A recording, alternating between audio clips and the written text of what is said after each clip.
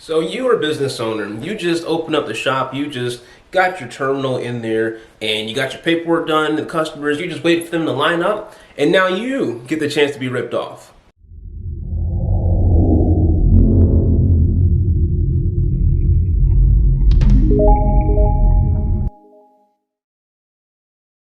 So welcome to Merchant Mastery, a show where we teach you, the business owner, how to be more money smart and how to master your money. And the reason why, and I guess because it's the first episode, I should probably talk about why I started this channel. So really, I just got tired of seeing people get taken advantage of. I got tired of seeing people pay like $800, $900 for running cards at their business. And these are people, and then also I got tired of seeing people not qualify because they're not processing enough. And I said, that's BS, because they're the ones that need our help the most. So before I go into everything, you know, this is going to be a channel and we're not going anywhere for a long time here.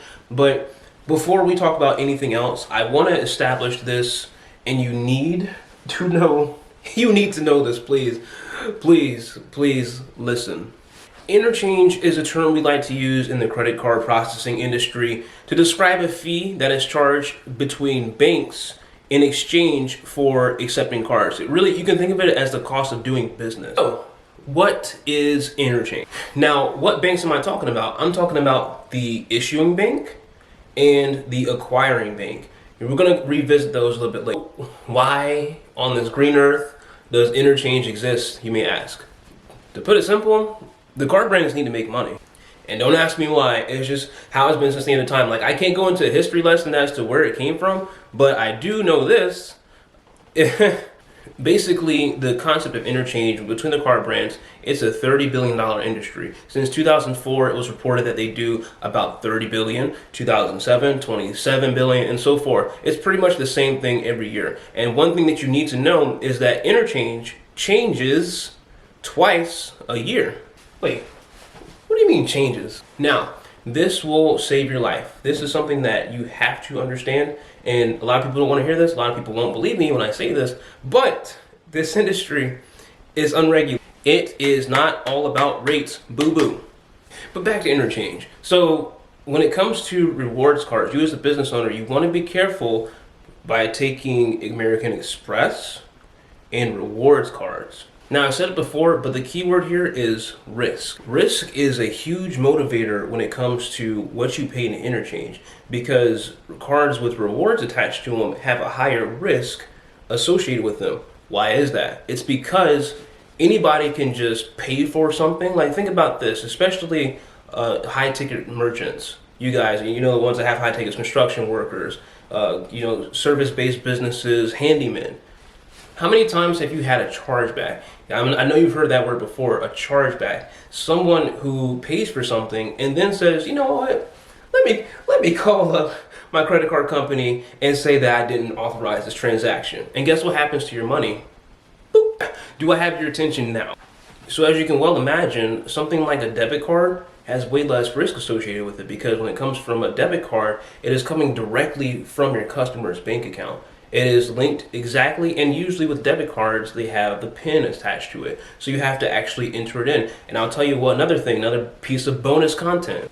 Now, hopefully by now, this is all starting to make sense. And I know this is a lot of content. I know this is a lot of information to understand in a short period of time. But if you're not, that's why we're here. And if you subscribe, hit that little subscribe button right now if you haven't already, and the little notification bell, because I'll be dropping videos like this at least twice a week. I haven't really set the days yet, but you just hit the subscribe button, hit the bell notification, so that way you are notified every time a video drops and you can become a little bit smarter. So just to help you out, I have also attached the links to Visa and Mastercard and the interchange rates associated with them. So that way you understand what you're paying.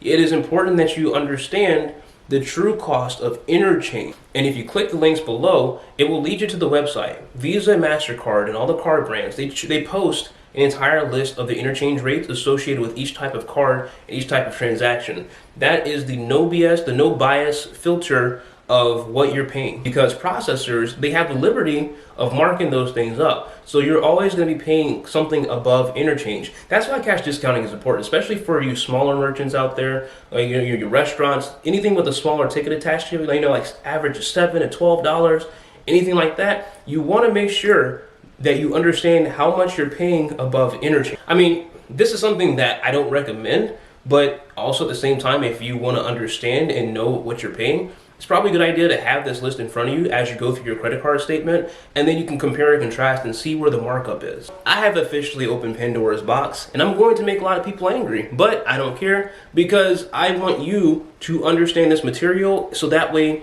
you're not taken advantage of anymore. Now, here's something that I mentioned earlier in the video, and this is something that you need to understand as well. The difference between an issuing bank and an acquiring bank. The issuing bank is the company that issues the card. So you can think of your local bank like Chase, Wells Fargo, Visa, Mastercard. They're the ones, they are the issuing banks. They issue you the cards. And for the sake of example, acquiring bank, you can associate that and just change that word to processor. The processor, or the acquiring bank, is the one that moves the money from the customer's bank account to yours. Now, a good one will have your funds available the next day, or even the same day in some cases. That's why it's very important to make sure you choose the right one the first time, because not only can you be paying a lot of money, but then if you don't have your funds the next day, then what good is it? Because you're in business, especially my construction workers out there. I've seen so many times to where, yeah, man, my funds got held up and I need the money now. I need to buy materials. Well, that's what I mean. That's what I'm talking about. So that's why it's super important that you do this. So don't always, a little bit of advice, don't always go based off of just rates. It's important, but at the same time, you need to make sure that you do your homework on these people. Like, make sure they have next day funding. Make sure they actually have a solution that fits your needs. Because if you just worry about the rates, guess what I'm gonna tell you now? It's gonna change. It changes all the time. It's this, I said before, the industry is unregulated, which means I can get George, my deli owner, I can tell him, yeah, I'll give you 2.5%, which no one's ever gonna tell you a flat rate like that most of the time, because usually it's gonna be on tiered pricing, which I am not going to get into right now. The main takeaway I want you to get from this is that interchange is the cost of doing business. Every time that you accept a card, you are paying something. I know this was a lot of information, but it is something that you need to know, and please absorb it and think about it, because this will help you a very long way in the future. So as I said, make sure to subscribe, hit the bell notifications, because that way YouTube notifies you whenever I drop a video, and stay educated.